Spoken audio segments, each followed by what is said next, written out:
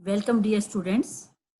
Myself, Dr. Savita Chahar, Associate Professor, Department of Botany, Government Mira Girls College, Udaipur.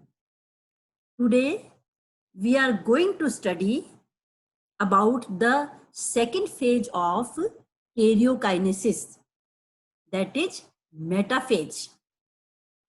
Yesterday, we have studied about the prophase. The metaphase is marked by appearance of the spindle fibers and arrangement of chromosomes on the equator of spindle apparatus. कल जो हमने पढ़ा prophase के बारे में, prophase क्या है? Nuclear जो विभाजन हो रहा है, केंद्र विभाजन की पहली स्टेज है प्रोफेज। प्रोफेज के जो 4 इंपॉर्टेंट इवेंट्स जो हैं वह इस प्रकार है, जो कि प्रोफेज का एंड आते आते खत्म हो जाएंगी। सबसे पहली जो है वह है क्रोमेटिन। अब प्रोफेज अवस्था खत्म होते होते क्रोमेटिन क्रोमोसोम्स में कन्वर्ट हो चुका होता है। कितने क्रोमोसोम्स में कन्वर्ट होगा? जितना उस स्पीसीज के क्रोमोसोम नंबर हैं उसके अंदर। अभी जो क्रोमोसोम है थोड़े पतले हैं। इसके बाद प्रोफेज का एंड आते आते न्यूक्लियर मेम्ब्रेन भी डिसअपियर हो गई है, न्यूक्लियोलस भी डिसअपियर हो गई है, और जितना भी न्यूक्लियोप्लाज्म है या जो जेनेटिक मटेरियल जो क्रोमोसोम बन चुका है वह क्या है? साइटोप्लाज्म के डायरेक्ट कांटेक्ट में आ चुका है। इसके अलावा जो एक और इम्पोर्टेंट जो इवेंट है इसके अंदर हो रही है प्रोफेज के एंड आते आते, वह है स्पिंडल फाइबर का निर्माण। ये जो चारों इंपॉर्टेंट पॉइंट्स हैं, these are special feature of prophase. Prophase के बाद जो अवस्था है उसे मेटाफेज कहा जाता है। और मेटाफेज की पहचान क्या है? क्रोमोसोम और भी छोटे और मोटे हो चुके हैं। इसके अलावा स्पिंडल फाइबर्स जो हैं दो अपोजिट पोल के लेकर के इक्वेटर मतलब बीच का जो हिस्सा है मिडल प्लेट तक आ चुके हैं। और हम जो क्रोमोसोम की स्टडी करते हैं, अधिकतर आपने जो क्रोमोसोम के जो डायग्राम देखे हैं जिसमें 2 सिस्टर क्रोमेटिड्स हैं सेंट्रोमियर के द्वारा जुड़े हुए हैं, वह जो क्रोमोसोम है वह अधिकांशतः माइटोसिस की जो मेटाफेज का अवस्था का जो क्रोमोसोम है उसके डायग्राम होते हैं। ये देखिए, आप डायग्राम में देखिए, ये सेल है।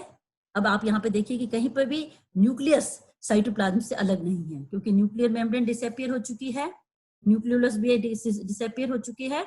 और इसका जो स्पेशल फीचर है वो क्या है कि सारे जो क्रोमोसोम हैं वह इक्वेटर या जो मध्य पट्टिका है उसके अंदर आ चुके हैं। और किस तरह से जुड़े हुए हैं? स्पिंडल फाइबर सेंट्रोमियर के पास जो काइनेटोकोर बने हुए हैं उनसे स्पिंडल फाइबर जुड़े हुए हैं। जैसे जैसे स्पिंडल फाइबर का मूवमेंट होगा, खिंचाव होगा, वैसे वैसे क्या है, जो क्रोमोसोम है उस पर भी प्रेशर पड़ता है। Then during metaphase the chromosomes are shortest and thickest. Their centromeres occupy the equatorial plate. Although the chromosomal arms may extend in any direction. At this stage, the sister chromatids are still held together by centromere, and the kinetochores of the 2 sister chromatids face opposite poles. At the end of metaphase, centromere region divides. Equatorial plate या middle plate पर chromosome आ चुके हैं, और centromere का जो हिस्सा है वो कहाँ है? बिल्कुल इक्वेटोरियल प्लेट पर है। अब उनकी जो आर्म है, एक एक क्रोमोसोम की कितनी आर्म होगी? क्योंकि दो सिस्टर क्रोमेटिड लगे हुए हैं, बीच में सेंट्रोमियर है, तो एक एक क्रोमोसोम की 4 आर्म होंगी। तो जो चार आर्म है वो किसी भी डायरेक्शन में हो सकती हैं।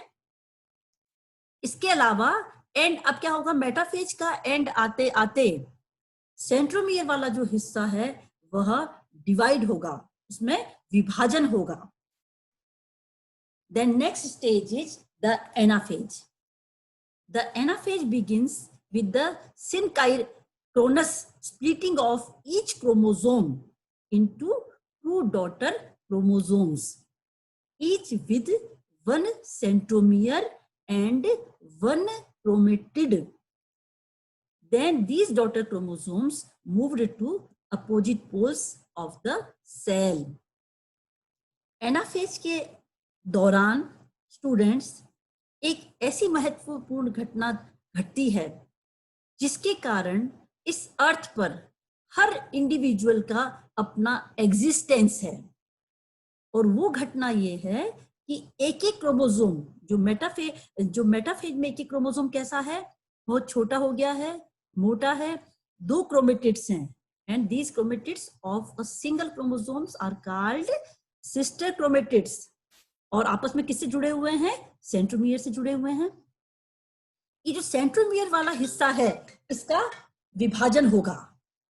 सेंट्रोमियर के हिस्से का जब विभाजन होगा तो एक क्रोमोसोम से 2 क्रोमोसोम बनेंगे, और अब क्योंकि एक क्रोमोसोम से 2 क्रोमोसोम बनेंगे तो अभी तक प्रत्येक क्रोमोसोम पर जो 2 क्रोमेटिड्स थे, अब नया जो डॉटर क्रोमोसोम बनेगा उसमें एक क्रोमोसोम में केवल एक ही क्रोमेटिड होगा।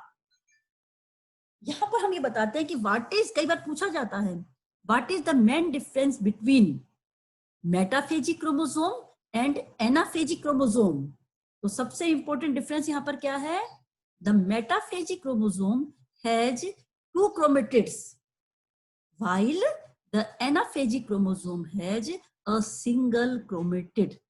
और यहाँ पर जेनेटिक मटेरियल भी कैसा है, जो नए डॉटर क्रोमोसोम बनेंगे उनमें जो जेनेटिक मटेरियल है वह पेरेंटल क्रोमोसोम की तुलना में आधा है। ये जो मुख्य अंतर है यहाँ पर।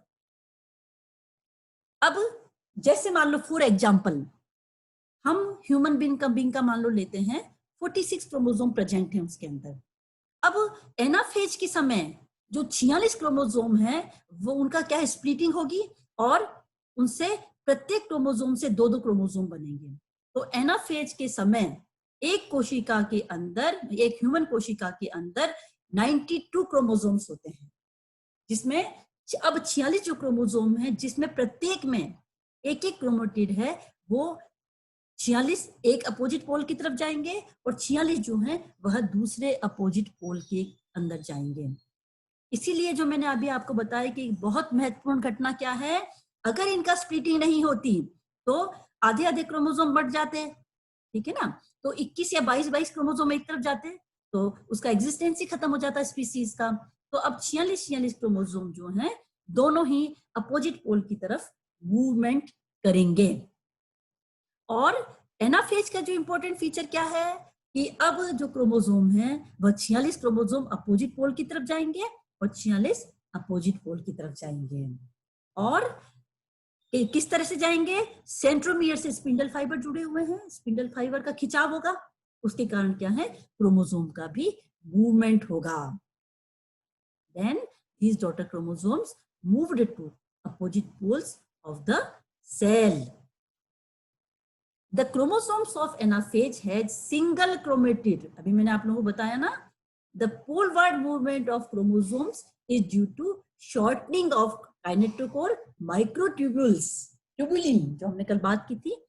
During their poleward migration, the centromeres remain foremost so that the chromosomes appear U, V or J shaped. At the end of anaphase, halves of chromosomes have reached at the opposite pole and their number remains same as was their parental cell। अभी अपन ने बात की ना, for example Homo sapien का example मैं आप लोगों को कई बार क्यों देती हूँ, क्योंकि इसको आप भली भांति जानते हो इसमें कितने क्रोमोसोम्स पाए जाते हैं। तो एनाफेज में डिवीजन के बाद में ह्यूमन सेल में जो 46 से जो 92 क्रोमोसोम्स बने उनमें से आधे क्रोमोसोम एक पोल की तरफ जाएंगे 46 सॉरी, और एक जो 46 जो है वह अपोजिट पोल की तरफ जाएंगे।